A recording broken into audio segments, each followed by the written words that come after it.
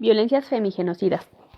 Las pedagogías de la crueldad son maneras deshumanizantes que se propagan en los discursos mediáticos y en las formas de crueldad criminal que ocurren en toda América Latina, como el criadero de personalidades psicopáticas, aparecidas por el espíritu de la época y funcionales a esta fase apocalíptica del capital.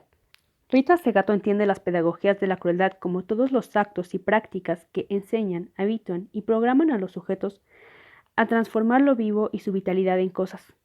Por ejemplo, la naturaleza y las corporalidades quedan reducidas a su condición de objeto.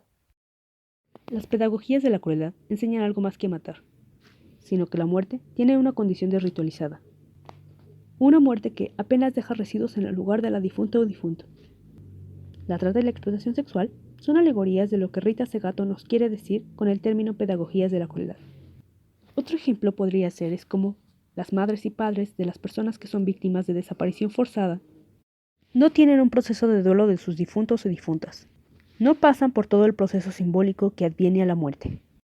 Las empresas extractivistas que se establecen en América Latina para la producción destinada al mercado global, al instalarse, traen consigo o son precedidas por burdeles y el cuerpo cosa de las mujeres que allí se ofrecen.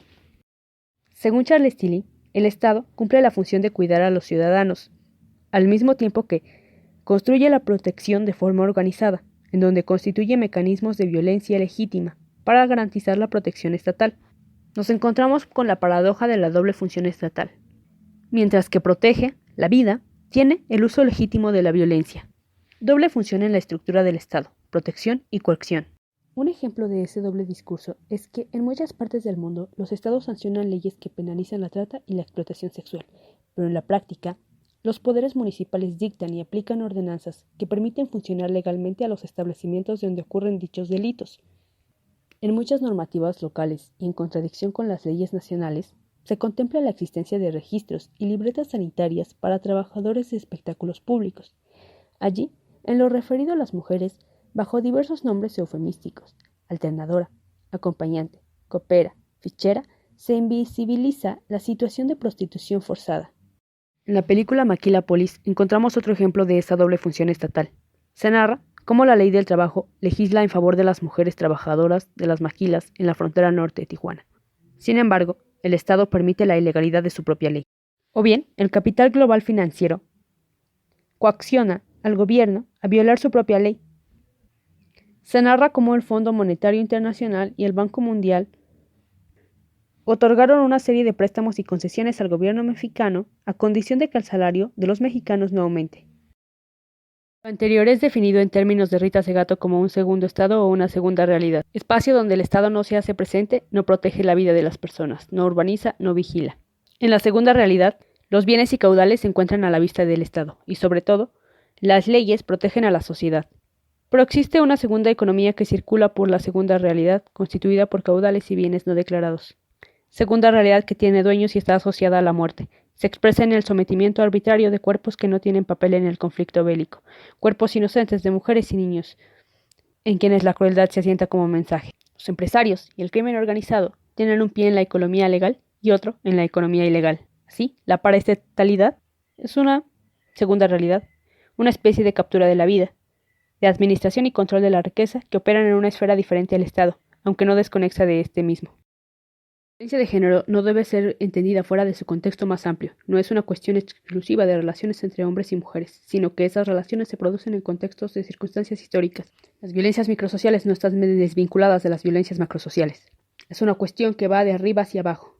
Por ejemplo, el hombre campesino a lo largo de la historia colonial de América Latina, así como las masas trabajadoras precarizadas, se ven emasculadas como efecto de subordinación a la regla del blanco, es decir, una castración simbólica de sus órganos sexuales. Como se veía en el libro de Bell Hooks, ¿acaso no soy una mujer?, no se permitía a los hombres su papel tradicional de patriarcas. De manera que Rita Segato nos dice que ambos hombres se redimen de esa emasculación, su vulneración de su condición laboral y social, para el caso del hombre campesino, convirtiéndose en colonizador dentro de su casa, para el hombre de la masa urbana, convirtiéndose en el patrón en su casa. Y en la actualidad, con la expansión de nuevas formas de guerras, prolifera el control mafioso de la economía en diversas esferas, la política, la economía y otros sectores más amplios de la sociedad. Así, la regla de pandillas, maras, sicarios y todo tipo de corporaciones armadas que actúan en la esfera del control de la vida intervienen en el ámbito de los vínculos domésticos de género, introduciendo el orden violento circundante dentro de casa. Si la violencia de género no está separada de la situación en la esfera pública de la vida. Hay que entender el daño al cuerpo de las mujeres en el contexto de la expansión de la esfera paraestatal. Hay crímenes que afectan a las mujeres que suceden en la calle y que, si bien son de género, no tienen que ver con las relaciones interpersonales, íntimas ni con el espacio doméstico. En el feminicidio, las mujeres mueren solamente por ser mujeres. Pero el femigenocidio se da en una dimensión no de los espacios íntimos. En femigenocidios podemos englobar una gran cantidad de crímenes que tienen que ver con las nuevas formas paraestatales de actuar. En el caso de Ciudad Juárez, Rita Segato no entiende a esos cuerpos arrojados en el desierto como producto de una guerra entre grupos mafiosos, sino como mensajes de su poder, intercambiados entre narcos, o más bien entre el crimen organizado, y enviados a la sociedad, en esa localidad fronteriza, entre dos mundos. La norte, que divide el continente latinoamericano del norte, atraviesa una gran cantidad de riqueza que se produce de un lado y se acumula del otro. Frontera donde se trafica cuerpos, drogas y capital.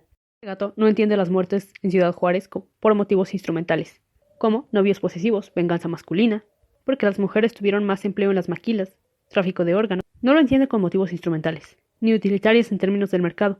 Lo describe como un espectáculo de impunidad ante la sociedad, donde las corporaciones mafiosas demuestran su dueñidad sobre un territorio y dueñidad del cuerpo de las mujeres, como parte de un emblema de ese territorio. Los dueños del lugar expresan su control territorial al escribir en el cuerpo de las mujeres su capacidad de desaparecer, hacer sufrir y matar. La motivación no es sexual, es política y tiene que ver con la necesidad de demostrar poder a través del control del cuerpo, similar a cómo Bell Hooks entiende la violación de las mujeres, esclavas negras por hombres blancos, en el norte de América. La violación, según esta autora, tiene un objetivo político, que era conseguir lealtad y obediencia absoluta al orden imperialista blanco. De acuerdo a Angela Davis, según Bell Hooks, la violación no respondía al deseo de los hombres blancos por satisfacer su deseo carnal, sino a un método de terrorismo institucionalizado, cuyo objetivo era la desmoralización y deshumanización de la mujer negra. Rita Segato entiende el crimen sexual como un crimen capaz de destruir la confianza, moral y fragilidad de una sociedad entera. Es innegable que es un ataque sexual al cuerpo de la mujer, pero también es una profanación a la sociedad entera, a la que pertenece, a su familia, a la comunidad y también al Estado. A todas las instancias que deberían ser capaces de protegerla, deberían estar en capacidad. Imágenes de la crueldad. Cuando se habla de pedagogías de la crueldad, no se puede olvidar mencionar a los medios masivos de información y su ataque a la dignidad sobre el cuerpo de las mujeres. Se busca crear una identidad común, un imaginario, a través del ente televisivo o periodístico. Identidad que garantice la realización de un proyecto económico extractivista de recursos y cuerpos. Esa violencia visual degrada a las víctimas reduciéndolas a cúmulos de sangre y desechos. Así, las mujeres no solo son aniquiladas, sino reducidas a cúmulos de carne.